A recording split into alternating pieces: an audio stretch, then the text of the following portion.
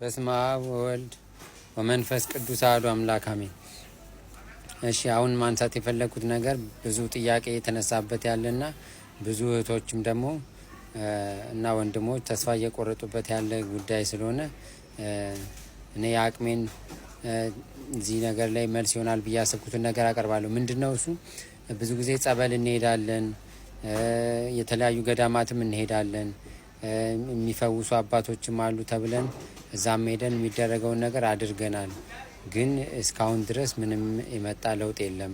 በሰዓቱ በምንሄድ ሰዓት ጸበልም ስንጠመቅ የሆነ ነገር ይወጣል። ለምሳሌ አንዳንድ ሰዎች በምግብ መተት የተደረገባቸው ሰዎች ጸበሉን ይጠመቃሉ። ከዛ ከጠመቁ በኋላ ይወጣል፣ ከጠጡም በኋላ ይወጣል፣ ግን መውጣቱን አያቆምም። በየዕለቱ ያው አሁን ድረስ እየወጣ ያለበት አለ። 7 ወር 8 ወር ይኸው እንደዚህ ነው እና አሁን ሰልችቶ ልተው ነው ያሉ አሉ። የተለያዩ ገዳማት ይሄዳሉ።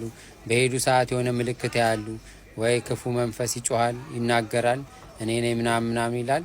ከዛ በኋላ ግን ያው እስከ ዛሬም እየጮህን ነው፣ የተለየ ነገር አላየንም የሚሉ አሉ።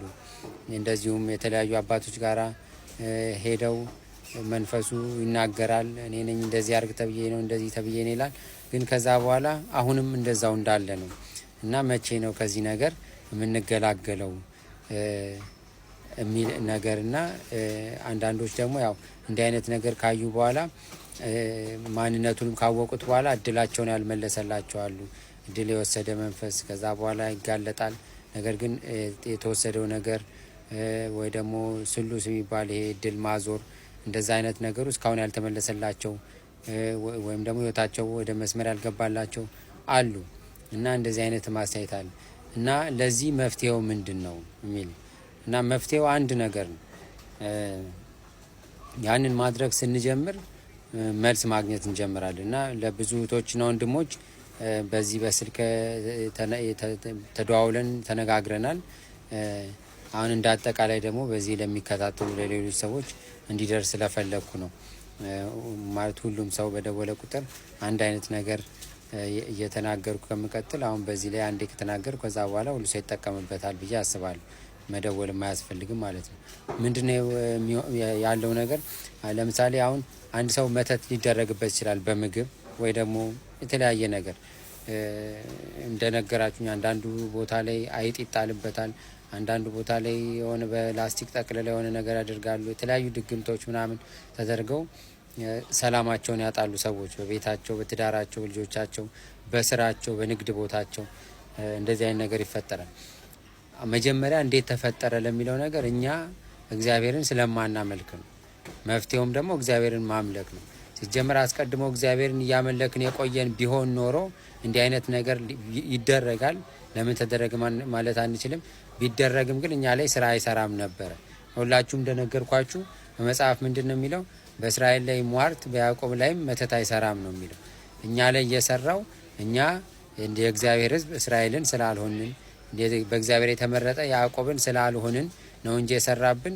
አስቀድሞ ህዝቦቹ ልጆቹ ሆነን ቢሆን ኖሮ እንደዚህ አይነት ነገር አይሰራብንም ነበር። ስለዚህ ወደ ተፈጠርንበት ዓላማ ወደ መጀመሪያው ማንነታችን በስላሴ ወደ ተሰጠን ጸጋ ስንመለስ የሁሉ ነገር ስራውን ያቆማል ማለት ነው።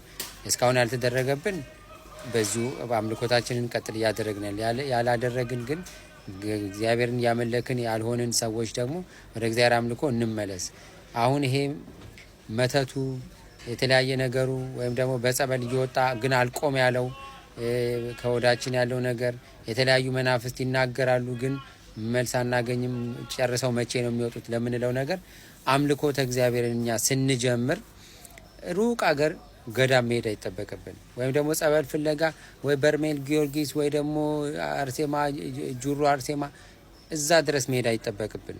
ጓሯችን ያለ እዛ ቤተክርስቲያን ሄደን አንድ የቅዳሴ ጸበል መጠጣት በቂ ነው።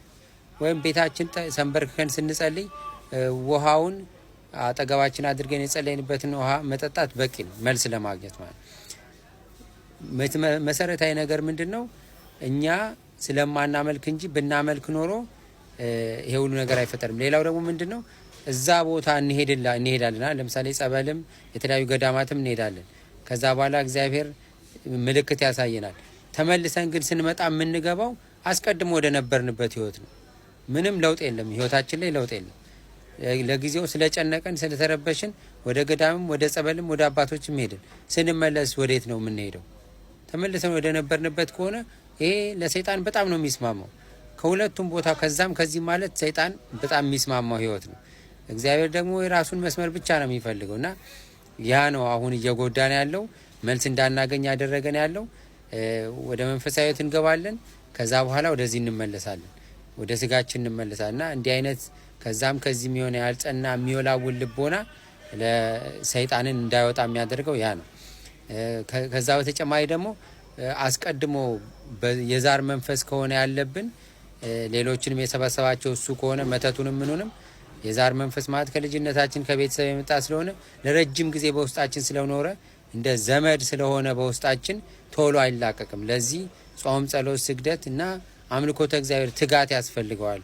በወንጌልም እንደዚሁ እንደተቀመጠልማ እንዲህ ያለው ወገን እንዲህ ያለው ዘመድ ያለ ጾምና ያለ ጸሎት አይወጣም ስለሚል ማለት ነውና ዋናው መሰረታዊ ነገር አምልኮተ እግዚአብሔር ነው።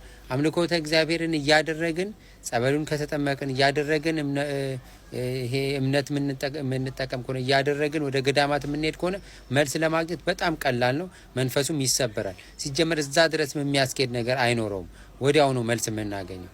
ችግሩ የአምልኮተ እግዚአብሔር እጥረት ነው። በቤታችን የለመድነው የስጋዊ ኑሮ፣ ስጋዊ አሰራር፣ ዓለማዊ ኑሮ ነው። በቤታችን አምልኮት የለም። ስለዚህ ያ ለሰይጣን ይስማማዋል። የትም ቦታ ደርሰን ስንመጣ ተመልሰን እዛው ስጋ ህይወታችን ላይ ስለምንመለስ፣ ስለዚህ አምልኮተ እግዚአብሔርን መጀመር አለብን። አምልኮተ እግዚአብሔር ምንድነው ለሚለው እግዚአብሔር አምላክ ከሆነ እለት እለት መመለክ አለበት። በጌቴ ሰማኒ ከደቀ መዛሙርቱ ጋር ከሶስቱ የምስጢር ሐዋርያት ከሚባሉት ጋራ ጴጥሮስ፣ ዮሐንስና ያዕቆብ ጋራ ጌታችን በዕለተ ሐሙስ ማታ ሄዶ እያለ እሱ ድንጋይ ተደግፎ ሲጸልይ ሌሎች ሶስቱ ደቀ መዛሙርት እንቅልፍ ወሰዳቸውና ተኙ። እንቅልፍ ተጫናቸው በጣምና ተኙ። ከዛ 3 ጊዜ የተመላለሰ ከኔ ጋራ ጥቂት እንኳን አትተጉም እያለ ሲናገራቸው ነበር። እንደውም የተናገራቸው ቃል በቃል የሚለው ምንድነው? 1 ሰዓት ከኔ ጋር መትጋት ተሳናችሁን ነው ያለው እና ጌታችን። ስለዚህ አትሊስት በቀን ውስጥ 1 ሰዓት የእግዚአብሔር ነው። 1 ሰዓት ከ24 ሰዓት ውስጥ 1 ሰዓት ለእግዚአብሔር መስጠት መቻል አለበት።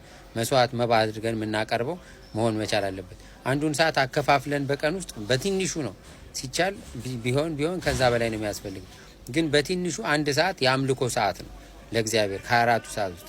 መቼ የሚለውን እንግዲህ እናንተ ከህይወታችሁ ጋር አስማምታችሁ ያዙት። ግን አምልኮ ካለ ይሄ አሁን የለመደ አንዳንድ መንፈስ አለ፣ ጸበል የሚለምድ መንፈስ አለ፣ ገዳማትን የሚለምድ መንፈስ አለ። አብሮ ውስጣችን ቁጭ ብሎ ገዳም ስንሄድ ገዳም ይሄዳል፣ ስንመለስ ምን ሰራውን ስለሚያውቅ ምንም አይመስለውም። ጸበል ስንጠጣ አብሮ ይጠጣል። ከዛ በተጨማሪ ደግሞ ሌላው ተንኮል፣ የደብተራ ተንኮል። ደብተራ ስላችሁ አሁን ብዙ ክርክር እንዲነሳ አልፈልግም። ደብተራ ኦሪትን ሲያገለግሉ የነበሩ ካህናት ደብተራ ይባላሉ፣ በጥንት ጊዜ ማለትና ከዛ የተይዞ የመጣ ደብተራ የሚባል ነገር አለ። የቤተክርስቲያን አገልጋዮች ናቸው። በቅኔው በአቋቋሙ በመሀሌቱ የሚያገለግሉ ቅዱሳን ንጹሃን ናቸው። ከዛ ውጭ ግን ይሄንኑ ስም ይዘው ደግሞ እንደዚሁ አይነት አገልግሎት ተምረው ከሱ አገልግሎት ጎን ለጎን እንደዚህ መተቱና ሟርቱን የሚሰሩ አሉ። እነሱም ደብተራ የሚለውን ስም ይዛሉ፣ አንድ አይነት አገልግሎት ስለሚያገለግሉ ግን ወደ ክፋቱ ደግሞ ስራ ስለሚሰሩ ያው ክፉ ደብተራ እንላቸው ማለት ነው። እና እነዚህ ደብተራዎች ሌላው የሚሰሩት ስራ በጸበል የሚደገም መተት አለ። በሚገርም ሁኔታ ሰይጣኑን ምንድነው የሚያደርጉት? ጸበል እያጠጡ ይደግሙበታል። ቤተክርስቲያን እያስኬዱም ይደግማሉ። እዚህ ቤተክርስቲያን ሂድ እያሉ ለምንድነው እንደዛ የሚያደርጉት? ነገ ጧት ሰውየው ይሄ የተደረገበትን መተት ለማላቀቅ ብሎ ጸበል ቢጠጣ ሰይጣኑ በጸበል ስለተደገመ ይቋቋመዋል። ይሄ ነው በኋላ የሚደርስብህ ብሎ ለሰይጣኑ ይነግረዋል። በኋላ ወስዶ የሰውዬ ጸበል ሊያጠጣ ስለሚችል ና በጸበል ተለማመድ ብሎ ጸበል እያለማመደ ሰይጣኑን የሚደግማል። ደብተራል ጸበል ገዳማት ቤተክርስቲያኖችን እያስለመደ መንፈሳዊ ነገር እየጋተ የሚደግም ደብተራል። እንዲህ አይነቱ ሰይጣን አሁን አምልኮተ እግዚአብሔር ካላደረግን በጸበል ብቻ ሊለቅ አይችልም። ለዛ ነው ጸበል ሄዳለሁ አልድንም እያልን ብዙ ጊዜ የምንለው ማለት። ስለዚህ ዋናው መሰረታዊ ነገር አምልኮተ እግዚአብሔር ነው። የዕለት አምልኮ ካለ ብዙ መልፋት አይጠበቅም። ትንሽ ጸበልና ትንሽ እምነት አንድ ገዳም መሄድ ወዲያው ውልቅ አድርጎ ነው የሚያወጣው። ስለዚህ መሰረታዊ ነገር ለተቸገራችሁ ሰዎች፣ በተደጋጋሚ መንፈስ አልወጣ ብሎ ያስቸገራችሁ ሰዎች አምልኮተ እግዚአብሔር እናድርግ በቤታችን።